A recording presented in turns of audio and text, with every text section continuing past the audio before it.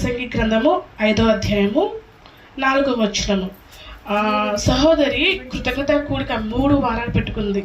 ఇక్కడ చిన్న వాక్యము 4వ వచనం. దేవునికి మొక్కుబడి చేసుకుని దానిని చెల్లించుటకు ఆలస్యము చేయకుము. బుద్ధిహీనుల యందు ఆయనకి ఇష్టము లేదు. నీవు మొక్కుకొని దాన్ని చెల్లించుము. నీవు మొక్కుకొని చెల్లింపకుండుట కంటే మొక్కుకొనకుండుట ఏ మేలు. ఆమేన్. చూడండి, మనకి ఎన్నో అపాయాలు, ఎంతో శ్రమ, ఈ లోకానుసారంగా దేవుని బిడ్డలకి చాలా శోధనలు వస్తాయి. ఆ విషయం మనందరికీ తెలుసు. ఆ సమయంలో మనం ఏం చేస్తామంటే మన నోటికి వచ్చినట్టు, అంటే ప్రాణం అంటే అంత భయం మనందరికీ. దేవా నాకు ఇది చెయ్యి, నేను ఖచ్చితంగా నీకు అది చేస్తాను.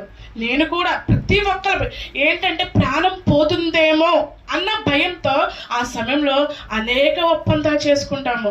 కానీ దేవుడు ఇక్కడ మనతో స్పష్టంగా చెప్తున్నాడు, నువ్వు మొక్కుకొని చెల్లించాలి, లేకపోతే నోరు మూసేయి, నువ్వు అసలు ఒప్పుకోవద్దు. ఎందుకు నేను అడిగాను నిన్ను అలా చెల్లించమని, నువ్వెందుకు నేను అడక్కోకుండానే నువ్వు చెప్పావు కదా, నువ్వు చేస్తే చెయ్యి, లేకపోతే లేదు. బలవంతం ఏమీ కాదు. మన దేవుడు బలవంతం చేసే దేవుడు కాదు. హల్లెలూయా. హృదయ ప్రేరేపణ చేత మనముగా చేసుకోవాలి తప్ప దేవుడు బలవంతం చేసే దేవుడు కాదు. దేవుడు చెప్తున్నాడు, నువ్వు చేస్తే చెయ్యి, లేకపోతే లేదు. కానీ చేస్తానని చెప్తే మాట తీసుకోవద్దు అని చెప్తున్నాడు. అట్టి రీతిగా సహోదరి మొక్కుకుంది, వెంటనే దేవునికి కృతజ్ఞతాస్తుతులు చెల్లిస్తుంది. ఇట్టి రీతిగానే మనం కూడా మాదిరిగా తీసుకొని మనం కూడా మొక్కుబడి చేసుకున్నట్లయితే ఖచ్చితంగా దాన్ని నెరవేర్చాలి. హల్లెలూయా. ప్రభు పేట ప్రియ సహోదరి సహోదరులారా, ఈ మధ్యాహ్న కాల సమయంలో ఏంటంటే చిన్న మాట, ఒకే ఒక్క చిన్న మాట చెప్తున్నాను. అది ఏంటంటే మన యొక్క పుట్టుక దేవునికి ఒక ప్రత్యేకమైన ప్రణాళిక కలిగి ఉంది. దేవుడు ప్రతి ఒక్కరిని ఒక ప్రత్యేకమైన పాత్రగా చేశాడు. ఆ పాత్ర ఏంటంటే కొన్ని దేవునికి ఇష్టమైన పాత్రగా ఉన్నాయి, అన్ని ఇష్టమైనవే. కానీ మనంగా ఆ దారిలో నుంచి పక్కకు తొలగుతున్నాము. దేవుడు ఎందుకు పుట్టించాడు అంటే ఈ బిడ్డ నన్ను ఘనపరచాలి, నన్ను మహిమపరచాలి, అందు నిమిత్తమే మనల్ని పుట్టించాడు దేవుడు. కానీ మనం ఏం చేస్తున్నాం తెలుసా? బైబిల్లో ఒక వ్యక్తి ఉన్నాడు. బలము అనగానే ఎక్కువ ఆయనే గుర్తొస్తాడు. ఎవరైనా సంసోను. మీకు చాలా జ్ఞానం ఉంది, ఎందుకంటే అంత చెప్తారు కానీ అంత స్పీడ్గా ఎవరు చెప్పరు, బాగా రెస్పాండ్ అవుతున్నారు. సంసోను ఆయన సినిమాలో చాలా స్టోరీ, చాలా మంది ఇప్పుడు కాదులే మారు మనసు పొందాక, ఇంతకుముందు మనలో చాలా మంది సినిమాలు చూసారు. హీరో ఒక్క చేత్తో ప్రతి మన డిష్యూ మనకొట్టి పడిపోతారు. కానీ సంసోను నిజమైన హీరో. ఒక్క పచ్చి చిన్న దవడ, గాడిద తలకి ఇంతే ఉంటుంది, దాని దవడ ఇంతే ఉంటుంది. దానితో ఖచ్చితంగా ఎంతమంది చంపాడమ్మా? 1000 మందిని చంపాడంట. అంత బలము గల సంసోను దేవునికి ఇష్టమైన పాత్రగా లేడు. తన భార్యను వదిలేసి ఒక క్షణిక కాల సుఖం గురించి ఏం చేశాడంటే ఆ తెలిల దగ్గరికి వెళ్ళిపోయి తన పుట్టుక కారణం మర్చిపోయాడు, తన బలాన్ని మర్చిపోయాడు, తన సృష్టించే దేవుని సైతం మర్చిపోయి తను ఒక పనికిరాని పాత్రగా అయిపోయాడు. హల్లెలూయా. ఈరోజు మనం కూడా అంతే. దేవుడు ఎంతో ఇష్టంగా మనం చేశాడు, తన స్వరూపాన్ని ఇచ్చాడు. దేవదూతలకు సైతం ఇవ్వని స్వరూపాన్ని నీకు నాకు ఇచ్చాడు. దేవదూతలు కూడా 6 రెక్కలు, ముఖాన్ని కప్పుకుంటాయి, కాళ్ళు కప్పుకుంటాయి, ఎగురుతాయి. కానీ దేవుడు తనలాంటి ముక్కే, తనలాంటి కళ్ళే, తనలాంటి చేతులే, తనలాంటి కాళ్ళే నీకు నాకు ఇచ్చాడు. హల్లెలూయా. ఎంత మంచి అదృష్టము. కానీ అలాంటి సంసోను మర్చిపోయి ఏం చేశాడంటే పక్కకి తొలగిపోయాడు. కానీ ఈరోజు నువ్వు అనుకోవచ్చు, నేనా దేవునికి ఇష్టమైన పాత్ర, నేనేం చేయగలను? దేవుడు ప్రతి ఒక్కరిని ప్రతి సమయంలో, ఇప్పుడు నేనున్నాను, నాకు కౌలూరు తెలియదు, కానీ ఏ విధంగా మేడం తెలుసో, ఎట్టి రీతిగా వచ్చానో, ఏదో ఒక సమయంలో ఏదో ఒక రీతిగా నన్ను ఆయన ఏదో ఒక స్థలంలో ఖచ్చితంగా వాడుకుంటాడు. హల్లెలూయా. నీకు చదువు లేకపోయి ఉండొచ్చు, అందం లేకపోయి ఉండొచ్చు, నీకు అంతస్తు లేకపోయి ఉండొచ్చు, పేరు ప్రఖ్యాతులు లేకపోయి ఉండొచ్చు. కానీ దేవుడు వయసుతో సంబంధం లేదు, బలంతో సంబంధం లేదు, ఆస్తితో సంబంధం లేదు. ఏదో ఒక క్షణంలో, ఏదో ఒక సమయంలో, ఏదో ఒక స్థలంలో చీకట్లు అయి ఉండొచ్చు, వెలుగులు అయి ఉండొచ్చు, అట్టి రీతిగా ఆయన నిన్ను ఒక పాత్రగా ఆయన మలుచుకున్నాడు. హల్లెలూయా. ప్రియ బిడ్డ, నువ్వు ఆలోచన చేయాలి. దేవునికి నేను ఇష్టం వచ్చినట్టుగా ఉండాలి, నేను ఏం చేయాలి? బైబిల్లో నేను రిఫరెన్స్ తీసే టైం లేదు, మీకు ఒక చిన్న కథలాగా చిన్న మొక్క చెప్పేస్తాను. రిబ్కా ఉంది. రిబ్కా ఎలియాజరు వెళ్ళినప్పుడు ఆదికాండం 9వ అధ్యాయం ఆ వచనంలో ఉంటుంది, ఆమె చక్కనిది, ఏ పురుషుని కూడా కూడలేదు. దేవుడు, పరిశుద్ధాత్మ దేవుడు పరిశుద్ధ గ్రంథంలో ప్రతి ఒక్క అక్షరం మన జీవితాల గురించి రాపించాడు. అక్కడ ఎందుకు రాయాలి? ఏ పురుషుని కూడలేదు అని. అది మన జీవితం అన్వయించుకోవాలి. ఈ రోజు ఎట్లా అయిపోయిందంటే, ఏదో చిన్న పాపం చేసేయడము, దేవుని సన్ని మోకరించి దేవాలను క్షమించు, దేవాలను క్షమించు, ఇది అనాది కాలంలో ఉంది. కానీ ఈ రోజుల్లో వాక్యము విరివిగా వెదజల్లబడుతుంది. దేవుడు నీతో మాట్లాడినప్పుడు నీ హృదయంలోకి దాన్ని అంగీకరించాలి. నువ్వు పెడచోడు పెట్టేసి క్షమించే దేవుడు, ఆదరించే దేవుడు, మన పాపాలని క్షమించే దేవుడు, ఆయన రక్తంలో మన ప్రతి పాపం కడిగి వేస్తాడు కదా అని నువ్వు పెడదోని వెళ్ళిపోయి నువ్వు ఆ తప్పుకి వెళ్ళావంటే అక్కడ చెప్తున్నాడు దేవుడు రిబ్కా గురించి. చక్కనిది, మిక్కిన అందముగాది, ఏ పురుషుని కూడా కూడలేదు. ఆమె చాలా చురుగ్గా అంట. ఆ ఎలియాజర్ అన్నాడు, దేవా, నేను ఆ స్త్రీని, నా యజమానికి కాబోయే కోడల్ని నేను ఎలా కనుగొనాలి? దేవుడు వెళ్ళమనగానే అమ్మా, అనాది కాలంలో అబ్రహాము కూడా నువ్వు వెళ్ళు అనగానే ఎక్కడికి వెళ్ళాలి అని క్వశ్చన్ ఇలా మొత్తం ఉన్నది విడిచిపెట్టేసి వెళ్ళిపోయేవాళ్ళు. ఈరోజు ఎవరిని వచ్చి నిన్ను పాస్టర్ గారి సంఘంలో అమ్మ అక్కడ ప్రార్థన చేస్తాకి గృహానికి దర్శిద్దాము అన్నారు. ఇంతలోకి మనకి హృదయంలో ఏవో మాటలు, ఎక్కడికంట, ఏ గృహం అంట, ఏమైపోయిందంట అంటాం తప్ప అలాగే అమ్మగారు వెళ్తామని అడుగు వెయ్యం. ఈ లోపల ముగ్గురు నుంచి ఉండిపోతాము. ఎక్కడికంట, ఏ ఇల్లు అంట, ఏ ఊరంట, ఎవరంట అని. కానీ చెప్తున్నానమ్మా, దేవుడు పిలవగానే ఒక్క క్షణం కూడా ఆలోచించకుండా అబ్రహాము ఉన్న ఊరిని వదిలేసి వెంటనే బయలుదేరాడు. ఎందుకు ఏంటి అడగలేదు. అట్టి రీతిగా ఈ రోజుల్లో మన అందరం కూడా దేవునికి లోబడాలి. నిజమైన విశ్వాసం ఉంటే దేవుడు మాట్లాడినప్పుడు మన హృదయానికి అది తాకుతుంది.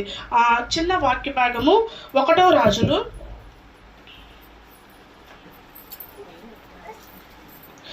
17వ అధ్యాయము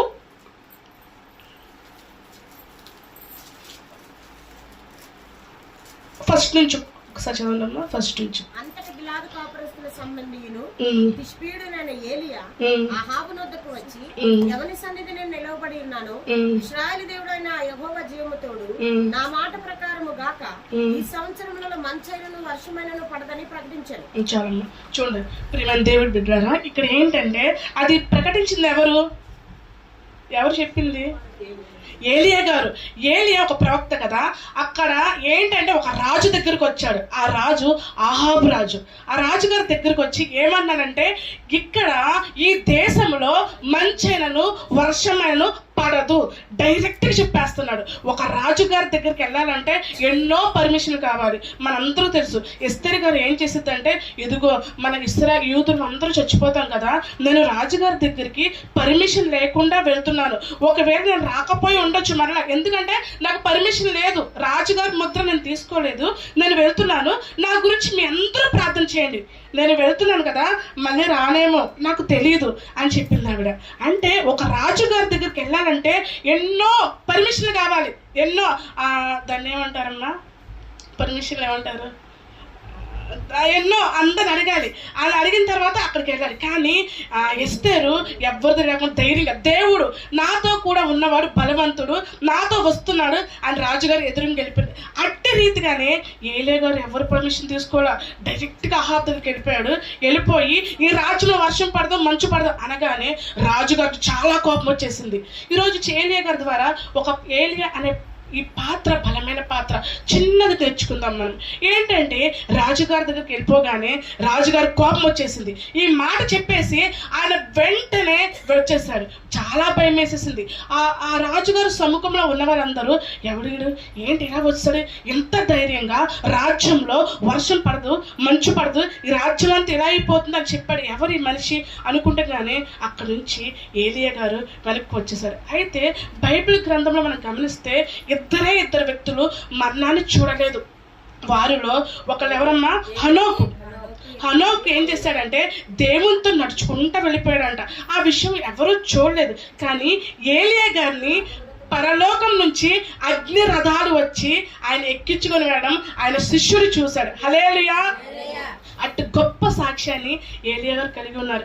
అయితే ఏలియా రాజుగారి దగ్గర ఆ సవాళ్ళని చెప్పేసి వెళ్ళిపోగానే యెజబెల్ కోపం వచ్చేసింది. ఎవడాడు వెంటనే మనం చంపే అనగానే ఆ ఏలియా ఏం చేసి దేవుడు మాట్లాడు, నువ్వు వెంటనే కెరూతు వాగు దగ్గరికి వెళ్ళిపో అని దేవుడు మాట్లాడు. వెళ్ళిపోయి దాక్కో అని చెప్పాడు. అక్కడ వెళ్ళి ఉండు అని చెప్పలేదు. ఎవరైనా మనం దాక్కోమంటే యారా ఎందుకు దాక్కోవాలి, నేను దాక్కోవడం ఏంటి, నేనేంటి, నా ఇల్లు ఏంటి, నా పలకం ఏంటి అంటారు. కానీ దైవజనుడైన ఏలియా గారు ఏం చేశారు తెలుసమ్మా, దేవుడు మాట్లాడగానే కెరూతు వాగు దగ్గరికి వెళ్ళిపోయి అక్కడ దాక్కున్నాడు. దాక్కోగానే అక్కడ నివాసం ఏర్పాటు చేసుకున్నాడు. నివాసం అంటే ఒక రోజులో నివాసం ఏర్పాటు చేసుకోరు, 2 రోజులు నివాసం ఏర్పాటు చేసుకోరు. అక్కడ ఇంచుమించు 1 సంవత్సరం దాకా ఆ కెరూతు వాగు దగ్గర నివాసాన్ని ఏర్పరచుకున్నాడు. అక్కడ మనుషులు ఎవ్వరూ లేరు. ఒక రోజు నిన్ను అక్కడ వదిలేస్తూ గదిలో తడిపేసి తాళేస్తూ ఉంటాం. మనము మన చేతనైన ప్రయత్నాలు మొత్తం చేస్తాము, ఎంత చేయాలో అంతా చేస్తాము. చేసిన తర్వాత అప్పుడు ఏడుస్తాము, అప్పుడు దేవుడు గుర్తొస్తాడు. కానీ ఏలియా గారు అక్కడ ఉండగానే ఏలియా చెప్పగానే వెళ్ళిపోయాడు. వెళ్ళగానే మళ్ళీ అదే దేవుడు వేరే వాళ్ళకు కూడా చెప్పాడు. ఎవరు వాళ్ళు? కాకులకి చెప్పాడు. అయితే అసలు ఏలియా అనుకున్నాడు చాలా, ఇదేంటి కాకుల, ఆ మోషే కాలంలో అవి చాలా శపితమైన కాకులు, అవేంటి అవి వస్తాయి నా దగ్గరికి అని మనకలాగా చాలా ఆసక్తిగా అని చూడగానే ఎంత గొప్ప అద్భుతం అంటే విశ్వాసాలకు తండ్రి అబ్రహాము. హల్లెలూయా. అట్టి విశ్వాసాన్ని కూడా ఏలియా గారు చూడండి అక్కడ స్పష్టంగా ఉంటుంది. ఉదయకాలంలో వస్తున్నాయంట, మళ్ళీ సాయంకాలంలో వస్తున్నాయంట. రోజు సంవత్సర కాలం పాటు అక్కడ ఉన్నాడు కదమ్మా. పొద్దున్నే చక్క లేసి బ్రష్ చేసుకొని అదే ఏదో ఒకటి చేసుకొని బాగుంది, చక్క మంచి నీళ్ళు అక్కడ ఉన్నాయి, చక్కగా ఉన్నాడు. అసలు ఎంత అద్భుతమో. అసలు బయట ఏమైనా చేపలు కానీ మాంసం కానీ కలుగుతూ ఉంటే అసలు కావు ఇలా తిరిగామా వెళ్ళిపోయింది మొక్క. కానీ ఎంత గొప్ప అద్భుతం. హల్లెలూయా. కాకులు దేవుని మాటకు లోబడి చక్క మంచి వేడిగా, అసలు నా ఆలోచన ఇంకో చెప్తాను, అసలు అవి వండించిన తల్లి ఎవరు? హల్లెలూయా. అవి గొప్ప సాక్ష్యము. అసలు ఇవి రావంటే మాయమంత్రాలు కాదు కదా, అసలు దేవుడు ఏర్పరిచిన తల్లి ఎవరు? హల్లెలూయా. నేను అనుకుంటాను, దేవా పరలోకం అందరూ వచ్చినప్పుడు మాకు ఆ తల్లిని చూపించు. అదే కదా కాకులు పొద్దున సాయంత్రం, ఉదయకాలం సాయంత్రం ఆ మాంసము రొట్టె అంట. ఉత్తి మాంసం కాదు, మళ్ళీ స్పష్టంగా ఉంటుంది రొట్టె మాంసం. మనం కూడా చక్కదన్న వేడి అన్న సంగటి కానీ రాంటే దీంట్లో చక్క మంచి కూర మంచి మాంసం అన్నట్టుగా చక్క. ఏలియా గారు ఆయన ఆసక్తి పోకుండా ఆయనకు కూడా ఉదయకాలమున సాయంకాలమున రొట్టె మాంసం 2 వచ్చాయంట. అయితే నేను అనుకుంటాను ఏలియా గారు ఎందుకు దేవా ఈ కాకులు కొంచెం స్లోగా ఎగురుతున్నాయి కదా, నాకు కొంచెం బీపీ వచ్చేలాగా ఉంది, ఒకేసారి వారానికి కొంచెం మాంసం ముక్కలు కొంచెం అనుకుంటా, నేను రొట్టెలు ఒకేసారి కొంచెం దాచుకుని తింటానుగా. దేవుడు అంటున్నాడు మా అనుదిన ఆహారం నేడు మాకు దయచేయము. హల్లెలూయా. దేవునితో సంబంధం మనం రోజు కలిగి ఉండాలి. మనకి ఆహారం దేవుడు స్పష్టంగా చెప్తున్నాడు, ఏలియా నేను ఒక వాగ్దానం చేశాను కదా, మా అనుదిన ఆహారం నేను మాకు దయచేయమని నేర్పించాను కదా, నీకు ఒకేసారి ఎలా పెట్టను, నువ్వు నాకు దూరం అయిపోతావు కదా. ఇప్పుడు అనుకోండి దేవా పంపించు, నా ఆహారం నా మీద ఆధారపడతావు. అదే నేను అనుకుంటా ఒక వారానికి సరిపడితే వారానికి ఒక్కసారి అడుగుతాడు, వారం అయిపోతుంది, వారం మొత్తం చక్క తినేస్తాడు, వారంలో మళ్ళీ అడుగుతాడు. అలా కాదు అంటే అది కాదు దేవా, కాకులు కూడా ఎంత దూరం నుంచి ఎగురుకుంటూ వస్తున్నాయి, ఆటలు ఎక్కడ నొప్పులు వస్తాయని ఉత్తుని అడిగా అని ఉండొచ్చు. కానీ నమ్మదగిన దేవుడు, నీతివంతుడు, యథార్థవంతుడు పక్షాన్ని వ్యాజ్యమాడే దేవుడు. హల్లెలూయా. గొప్ప అద్భుతాలండి. సంవత్సరం అయిపోయింది. సంవత్సరం అయిపోగానే మళ్ళీ వెంటనే ఏలియా గారితో దేవుడు మళ్ళీ చెప్పాడు, మళ్ళీ అక్కడ కెరూతు వాగు దగ్గర నుంచి ఎక్కడికి వెళ్ళమన్నాడు? సారేపదు గ్రామంకి వెళ్ళమన్నాడు. వెళ్ళమంటే ఈ లోపల యెజబెల్ ఎక్కడికెక్కడికి మొత్తం చాటింపు చేసింది. ఇదిగో ఏలియా ఒకడు ఉన్నాడు, ఆడి ఆకారం ఇలా ఉంది, మనిషి ఎలా ఉన్నాడు, పట్టించినోడికి రాజ్యంలో ఈ బంగారం ఇస్తాను అని చెప్పుండొచ్చు, ఊరికి ఒక కాపలాదాన్ని పెట్టేసి ఉండొచ్చు. మళ్ళీ ఏలియా గారికి సందేహం వచ్చి ఉండొచ్చు, దేవా నేను వెళ్తే దారిలో మళ్ళీ అక్కడ సారైపోతూ అంటే మధ్యలో ఇవన్నీ దాటుకుంటూ వెళ్ళాలి కదా, నేను ప్రాణాలతో చేరుతానా అనలేదు. ఎందుకంటే నా దేవుడు నాకన్నా ముందు వెళ్తాడు. హల్లెలూయా. మనం కూడా ప్రార్థన చేస్తాం, దేవా నేను బయలుదేరుతున్నాను, మార్గమధ్యం అంతటా నువ్వే ఉండు, చుట్టూరు దేవదూతను పెట్టు, నా బండిలో నువ్వు ఉండు, నా ఎదురుండు, నువ్వు వెనక ఉండు అంటావు. కానీ దేవా నాలో నువ్వు ఉండని ప్రార్థన చెయ్యు. హల్లెలూయా. చాలా ధైర్యం అండి, తెగించేశాడు దేనికైనా. ఎందుకంటే నా దేవుడు నన్ను విడిచిపెట్టే దేవుడు కాదు. ఆ తెగింపు ఎప్పుడు వస్తుందంటే మనం నిజాయితీగా, యథార్థంగా, నీతిగా దేవుడిలో ఉన్నప్పుడు ఆ తెగింపు వస్తుంది. కొంతమంది అవిశ్వాస ఆత్మీయ తల్లులు ఉంటారు, వాళ్ళు దేనికి. మా తోపచర్లో గాంధీ కాలనీలో అవ్వమ్మ గారు, ప్రకాష్ బాబు గారు అని ఉన్నారమ్మ. నేను కొన్ని కూడా వాళ్ళకి ఆవిడకి మొన్న కోతులను తోలుతుంటే చెయ్యి పడిపోయి చెయ్యి ఇరిగిపోయింది, మణికట్టు దగ్గర ఇరిగిపోతే హాస్పిటల్కి వెళ్ళారు. డాక్టర్ గారు 50,000 అవుతాయి, సాయంత్రంలో పంపించేస్తా అని చెప్పారు. ఆవిడ అన్నారు మా పాస్టర్ గారు చెప్పేసి నేను ఇప్పుడు వచ్చేస్తా అన్నారు. అయితే ఈ రోజు వరకు హాస్పిటల్ ముఖం చూడాలి. హల్లెలూయా. ఎంత తెగింపు. కొన్ని విషయాలు బయట తెలుస్తాయి, కొన్ని విషయాలు బయట తెలియవు. అలాంటి తల్లులు ఎంతో మంది ఉన్నారు. హల్లెలూయా. అట్టి విశ్వాసాన్ని మనము పొందుకోవాలి. ఆయన ఆ సారేపతికి వెళ్ళగానే మళ్ళీ ఇక్కడ సారేపతి వెళ్ళిపోమంటున్నాడు. ఆయన అన్నాడు తూర్పు దిక్కుకుండా వెళ్ళు అన్నాడు. సారేపతి కూడా తూర్పు దిక్కుకుండా వెళ్ళిపోవాలంటే ఆయనకు అసలు అర్థం కాలే. దేవుడు చెప్పాడు కదా నేను వెళ్ళిపోయాడు. వెళ్ళిపోగానే మళ్ళీ అక్కడ ఎవరిని కనుక్కోవాలి, ఎలా వస్తారు? మళ్ళీ అక్కడ ఆమె ఎదురుగా కనిపించింది. అమ్మ నీళ్ళు ఇవ్వా అన్నాడు. అసలుకే కరువు కాలం, వర్షాలు పడడం లేదు, ఏమీ లేదు. అసలు మన ఇంటి దగ్గర ఎవరు వచ్చారమ్మా? ఏమీ లేవు, మన ఇంట్లో బియ్యం లేవు, అస్సలు లేవు. ఓ రాగానే 1 కేజీ బియ్యం అంటే మనం ఏం చేస్తాం, పైకి కిందకి చూస్తాం, మాకేం ఒకట్లేదు అన్నట్టుగానే నీళ్ళు ఇవ్వు అనగానే ఆమె ఏదో పాపం ఇంట్లోనే తేవడానికి వెళ్తుంటే వెంటనే ఏమన్నాడు, ఒక అప్పం కూడా ఇమ్మన్నాడు. వెంటనే చూడగానే భయపడకు అన్నాడు. ఏమన్నాడు? భయపడకు అన్నాడు. ఒక ఇంటికి వెళ్ళామండి. ఒక ఇంటికి వెళ్ళగానే గేట్ తీయగానే ఒక మనిషితో పెద్ద కుక్క వచ్చింది. పెద్ద కుక్క రాగానే మన దగ్గర ఏం వదరండి టామీ నువ్వేను ఏం వదరాలి, మన లోపలికి వెళ్తామా? అస్సలు వెళ్ళాం. తీసిన గేటు మళ్ళీ మూసేస్తాము. అలాగే ఏంటంటే నువ్వేం భయపడకు అన్నాడు. అనగానే ఆమె వెళ్ళింది, చెప్పిన పని చేసి. ఆమెకి దేవుడు యెహోవా అంటే తెలియదు, కానీ ఆ స్త్రీ ఆయన చెప్పిన పని చేసింది. చేయగానే దేవుని గొప్ప కార్యాలు, ఎంత గొప్ప కార్యాలంటే ఏలియా గారి గురించి ఈ పరిశుద్ధ గ్రంథంలో ఎందు నిమిత్తము అట్టి రీతిగా దేవుడు రాయించాడంటే అమ్మ ఆయన గొప్ప విశ్వాసం, ఆయన చేసే అద్భుతాలు. అయితే ఆ సారేపతి విధవరాలు ఇంటి దగ్గర పై నుండి దిగొచ్చాడు అని. ఆయన పైన ఒక మేడగదిలో ఆయన ఇంచుమించు 2 సంవత్సరాలు ఉన్నాడట. ఎన్ని సంవత్సరాలు? ఈ 2 సంవత్సరాలు ఆమె బుడ్డులో పిండి అయిపోలేదు, ఆమె నూనె కూడా ఏమి అయిపోలేదు. కానీ ఒక రోజు ఏమైందంటే ఇలా జరుగుతూ ఉంటుంది. ఆ ఏలియా గారు చక్కగా తింటున్నాడు, ఈమె వండిస్తుంది, చక్కగా తింటున్నారు. ఒకరోజు ఆమె కుమారుడు ఏమైపోయాడు? చనిపోయాడు. ఆ వచ్చిన ఒక్కడు మాత్రం చదువుతాము. ఆమె అప్పుడు నిలదీస్తుంది ఆయన్ని.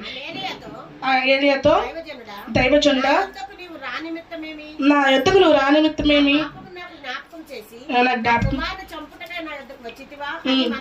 చూడండి, ఒకసారి చూడండి. అసలు నువ్వు నా దగ్గరికి ఎందుకు వచ్చావయ్యా? నువ్వెవరు అసలు? నువ్వు నా దగ్గరికి ఎందుకు దెబ్బలాడుతుందామే? నా దగ్గర నువ్వు ఎందుకు వచ్చావు? నా కొడుకుని చంపేయడానికి వచ్చావా?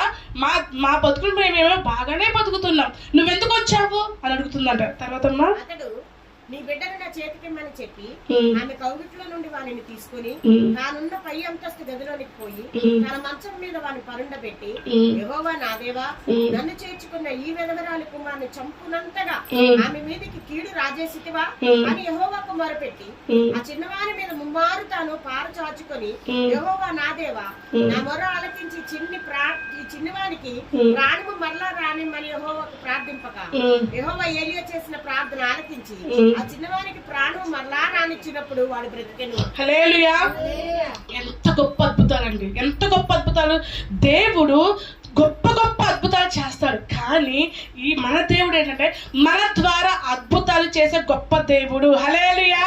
దేవుడు బ్రతికిస్తాడు, కానీ తన బిడ్డ ద్వారా గొప్ప గొప్ప కార్యాలు చేద్దాం మన మనసు గల దేవుడు.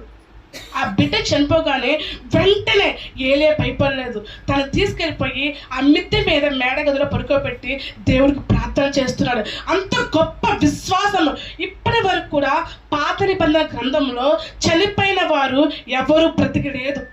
ఇదే ఫస్ట్ టైం ఏలియా గారు ఆ కుమారుని పడుకోబెట్టి, దేవా నా పక్షాన్ని నువ్వు ఉండు, ఎందుకు ఇలా చేశావు, నా నిమిత్తం నువ్వు గొప్ప కార్యం చేయాలి. కానీ ఆ బిడ్డ దేవుడిచ్చిన జీవంతో బ్రతికి పైకి లేచాడు. హల్లెలూయా. అంటే దేవుని కలిగిన మనము ఈ రోజుల్లో మనకున్న చిన్న చిన్న సమస్యలు మనము ఎందుకు పరిష్కరించుకోలేకపోతున్నాము? కేవలం మన బుద్ధిహీనత, మన అజ్ఞానము, మిడిమిడి జ్ఞానంతో ఉన్న అల్ప విశ్వాసంతో మన ఇంట్లో సమస్యలు మనం పరిష్కారం చేసుకోలేక పక్కన చెప్పుకున్నాము, ఆ ఎదురు చెప్పుకున్నాం, కానీ మన జీవం గల దేవుడితో చెప్పుకోలేకపోతున్నాము. హల్లెలూయా. ఈ రోజున దేవుడు గొప్ప కార్యాలు చేయబోతున్నాడు. నమ్మకంతో, విశ్వాసంతో, యథార్థమైన భక్తి చేసే వారి పట్ల దేవుడు గొప్ప ప్రణాళిక కలిగి ఉన్నాడు. ఈనాటికి కూడా మలాకి గ్రంథంలో దేవుడు చెప్పాడు ఏంటంటే, ఏ రెండవ రాకల్లో ఏలియా గారిని మరలా పంపిస్తానని చెప్తున్నాడు. అట్టి రీతిగానే యూదుల్లో ఈనాడు కూడా ఆ యూదులు ఏం చేస్తారంటే, వాళ్ళు అన్నం తినేటప్పుడు కానీ, ప్రార్థన చేసేటప్పుడు కానీ, ఇంట్లో నలుగురు మనుషులు అనుకోండి ఒక కుర్చీని పక్కన ఉంచేస్తారంట.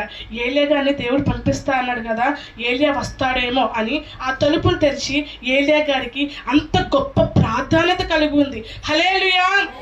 గొప్ప దేవుడు అండి, అద్భుతాలు చేసే దేవుడు. అసలు ఎంత గొప్ప అద్భుతం అంటే, ఆ చిన్న కుండలో ఆ పిండి, ఆ ముగ్గురికి సరిపడా పిండే, ఆ ముగ్గురికి సరిపడా నూనె అలా చేసి దేవుడు ఆ అట్టి రీతిగా ఆ 2 సంవత్సరాలు కెరూతు వాగు దగ్గర సంవత్సరము, ఆ సారేపతు వెధవరాల దగ్గర 2 సంవత్సరాలు, మొత్తము 3 సంవత్సరాలు ఈ ఏలియా గారిని బలపరుస్తూ వచ్చాడు. ఈ మన సంక్రాంతిలో చాలా మంది కోడి పందాలు వేస్తారు పుంజుల్ని. ఆ పుంజుల్ని ఎలా పెంచుతారు? ఆ పందాలకి సంవత్సరం ముందుగానే ఆ జీడిపప్పులు మళ్ళీ అట్లా పెంచుతారు. కొంతమంది మళ్ళీ ప్రత్యేకమైన మనిషి, మళ్ళీ ట్రైనింగ్, ఆడికి మంచి దాన అలాగే వేసి ఆ పండగలో ఏంటంటే ఒక్క అరగంట కూడా ఉండదు పందు, మహాయితో 10 నిమిషాలు, డబ్బుకి అయితే అయింది లేదా లేదు. కానీ దానికి సరిపడా అదంతా సంవత్సరం నుంచి దాన్ని తయారిస్తూ ఉంటారు. అట్టి రీతిగానే దేవుడు 3 సంవత్సరాలు ఏలియా గారిని ప్రార్థనలో బలపరుస్తూ వచ్చాడు. రాగానే ఆ ఏలియా వచ్చాడు, ఆ బయలుదేవత ప్రాప్తంతా దగ్గరికి వచ్చాడు, వచ్చి సవాలు ఇస్తాడు. అది మీకు అందరికీ తెలుసు. ఎంత గొప్ప అద్భుతం అండి. ఆ 3 సంవత్సరాల ప్రార్థన, ఆ 30 సెకండ్లలో ఆయన ప్రార్థన చేయగానే ఆకాశం నుండి అగ్ని దిగి వచ్చింది. హల్లెలూయా. గొప్ప దేవుడు అండి. మనందరినీ ప్రత్యేకమైన ఆలోచన కలిగి ఉన్నాడు. ప్రత్యేకమైన ఆలోచన, గొప్ప పాత్రగా మార్చాలనుకుంటున్నాడు. అననీయ సప్పిరా వాళ్ళకి వాళ్ళే వచ్చారు, కానీ వాళ్ళకి వాళ్ళే మన్నాన్ని వాళ్ళు ఏం చేశారు? కొని తెచ్చుకున్నారు. చిన్న అబద్ధం అంటే, వాళ్ళ పొలమే, దేవుడు అమ్మమని చెప్పలేదు. ఏదో ఆ సమాజంలో, ఆ సంఘంలో మంచి పేరు రావాలి, నేను మంచి విశ్వాసాన్ని అనిపించుకోవాలి. సంఘంలో ఆమెకి పోయి ప్రార్థన ఆమెకి ఇస్తే ఆమెకు చాలా కోపం వచ్చింది. ఇంట్లో ప్రార్థన ఒంటరిగా ఒక అరగంట చేయదు, సంఘంలో ప్రార్థన చేయమంటే గంటకు తక్కువ చేయదు. దేవుడు కోరుకునేది అలాంటి ప్రార్థన కాదు. హల్లెలూయా. విరిగి నలిగిన మనసుతో నీ దేవుని మాత్రమే నువ్వు చేసే ప్రార్థన, సంఘంలో ప్రార్థన గంటలు కాదు. నీ దేవునితో నువ్వు ఏకాంతంలో గడుపు, దేవుడు నిన్ను చూస్తాడు. అట్టి రీతిగా అననీయ సప్పిరా దేవుడు అడగలేదు, వాళ్ళ పొలమే, వాళ్ళ ఇష్టమే, వాళ్ళే అమ్ముకున్నారు. ఆ శిష్యుల దగ్గరకు వచ్చి దేవుడికి ఒకే ఒక చిన్న అబద్ధం, చాలా చిన్న అబద్ధం, కొంచెం డబ్బులు దాచుకున్నారు. పాపం ఎక్కువ డబ్బులు ఇచ్చేసారు, కొంచెం దాచుకున్నారు అంతే. కానీ దేవుడు ఇమ్మని చెప్పాడా? చెప్పలా. వాళ్ళకే ప్రేరేపణ వచ్చింది, కానీ పరిశుద్ధాత్మ దేవునితో అబద్ధం ఆడారు. హల్లెలూయా. ఈరోజు నీ నోరు ఎలా ఉంది? ఇద్దరం ఉన్నామంటే ఖచ్చితంగా 3వ వ్యక్తి గురించి మాట్లాడాలి ఖచ్చితంగా, లేకపోతే రోజు అవ్వదు. మనకి ఆడవాడికి అస్సలు అవ్వదు. కానీ అమ్మ, దేవుడు నిజ దేవుడమ్మా, రక్షకుడమ్మా, నీకు ఎలా ఉందా? మనం ప్రార్థన చేసుకుందామా? మన పాస్టర్ గారికి ఆరోగ్యం బాగాలేదంటే ప్రార్థన చేద్దామా? ఆమెకి హాస్పిటల్లో ఉందంటే వెళ్ళి దర్శిద్దామా? ఇది లేదు మనకి. ఖచ్చితంగా ఆమె ఇలాగా తప్పు. దేవుడు అంటున్నాడు, ఒక రోజు నిన్ను పెట్టి లైన్గా నువ్వు చెప్పిన మాటలను చూసి బెత్తంతో కొడతా అని చెప్తున్నాడు. హల్లెలూయా. అకుల ప్రిస్కులా ఉన్నారు, ఎంత గొప్ప సేవ. వాళ్ళిద్దరు భార్య భర్తలే, వీరిద్దరు భార్య భర్తలే. కానీ దేవుని గ్రంథంలో అననీయ సప్పిరా గురించి ఎలా రాయబడి ఉంది, వారి గురించి ఎలా రాయబడి ఉంది? ప్రియ సహోదరి సహోదరులారా, దేవుడు నీతో మాట్లాడుతున్నాడు. నీ జీవిత విధానం ఎలా ఉంది? నేను నీలో కోరుకుంది ఏంటి? నువ్వు జీవించే విధానం ఏంటి? నీ నడక ఎలాగుంది? నీ విధానం ఎలా ఉంది? క్షణికమైన వాటి గురించి నువ్వు దేవుని విసర్జిస్తున్నావు. నీలో ఉంది నా ఆత్మ, ప్రార్థించు, విశ్వాసంతో ఉండు. నేను నీతో మాట్లాడుతున్నాను కానీ నువ్వు నా స్వరాన్ని వినలేని స్థితిలో ఉన్నావు. నీ స్వరాన్ని తేటపరచుకో, నీ హృదయాన్ని తేటపరచుకో, నా మాటలు అంగీకరించు. ఎవరు సంఘంలో నువ్వు ఆదివారం దేవాలయానికి వచ్చినప్పుడు నువ్వు ఇంకా ప్రార్థించుకోవాలి. యేసయ్యా ఈరోజు నువ్వు నాతో మాట్లాడు, ఖచ్చితంగా నువ్వు నన్ను దర్శించు అంటే నా దేవుడు, నీ దేవుడు ఖచ్చితంగా నేను దర్శిస్తాడు, నీతో మాట్లాడతాడు. ఎందుకంటే నీలో ఉంది దేవుని ఊపిరి. ఆయన ఇచ్చిన ఊపిరి నీలో ఉంది, దేవుని రక్తము నీలో ఉంది, దేవుని స్వరూపము. దేవుడు నిన్ను విడిచిపెట్టే దేవుడు కాదు. నిన్ను పేతురు గారు అంటారు కదా, నీ యొక్క ప్రవర్తన ద్వారా, నీ యొక్క సాధు మనసు ద్వారా నీ భర్తను మార్చుకునే శక్తి దేవుడు నీకే ఇచ్చాడు. పాస్టర్ గారికి ఇవ్వలేదు, పాస్టమ్ గారికి ఇవ్వలేదు, సంఘ పెద్దలకు ఇవ్వలేదు. నీ కుటుంబాన్ని మార్చుకునే శక్తి దేవుడు నీకే ఇచ్చాడు. హల్లెలూయా. కానీ దాన్ని గుర్తించడం లేదు. చేతుల మన కుటుంబాన్ని మనమే సర్వనాశనం చేసుకున్నాం. ప్రియ సంగమా, మనం ఏం చేయాలి తెలుసా? దేవా నాకు తగిన జ్ఞానాన్ని ఇవ్వు. ఆనాడు సొలొమోను జ్ఞానాన్ని ఇచ్చావు కదా. సొలొమోను జ్ఞానం అడగగానే దేవుడు దావీదు చెప్పాడు, అరే బాబు నువ్వు ఎలా ఉండాలిరా. అసలు సొలొమోను రాజుకి కాదు, కానీ బెర్షెబా అడగడం ద్వారా అక్కడ రాజు అయ్యాడు. సొలొమోనుకి జ్ఞానాన్ని ఇచ్చాడు దేవుడు.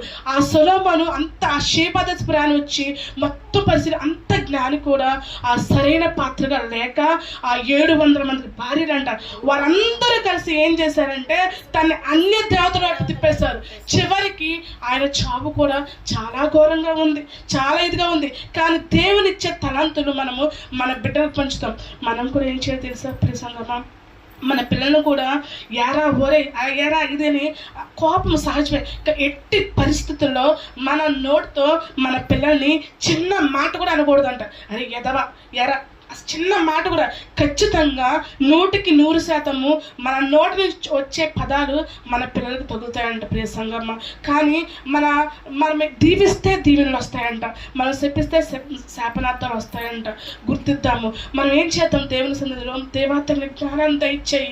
ఒకవేళ నన్ను నీవు సరైన పాత్రగా ఉంచావేమో, కానీ నేను నీకు లోపడకుండా నేను వేరేగా లోకానుసారంగా ఉంటున్నానేమో. నేను నా సంఘంలో బలమైన పాత్రగా ఉండాలి. నా ఆత్మీయ తల్లికి, ఆత్మీయ తండ్రికి మంచి కుడిభుజంగా ఉండాలి. నువ్వు ఒక మూల కూర్చో ఉండొచ్చు, కానీ నువ్వు నీతిగా యథార్థంగా ఉంటే ఏదో ఒక క్షణంలో ఏదో ఒక విధంగా దేవుడిని ఎన్నుకుంటాడు. హల్లెలూయా.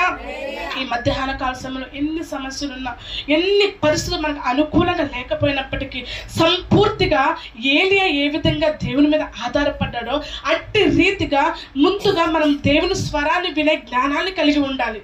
అప్పుడే మన ఇంట్లో కార్యాలు కానీ, మన సంఘంలో కార్యాలు కానీ, మనం వెళ్ళే ప్రతి చోట కార్యాలు కానీ దేవుడు చేస్తాడు. హల్లెలూయా. నువ్వు గొప్ప సాక్ష్యాన్ని పొందుకోవాలి. నువ్వు ఇన్ని సంవత్సరాలు సంఘంలో ఉంటున్నావంటే, అమ్మ పలానా వ్యక్తి వచ్చి ప్రార్థించింది, ఆమె రాగా నాకేంటో చాలా నెమ్మది కలిగింది, నాకు ఉన్న జనం తగ్గిపోయింది అన్న సాక్ష్యాన్ని నువ్వు పొందుకోవాలి.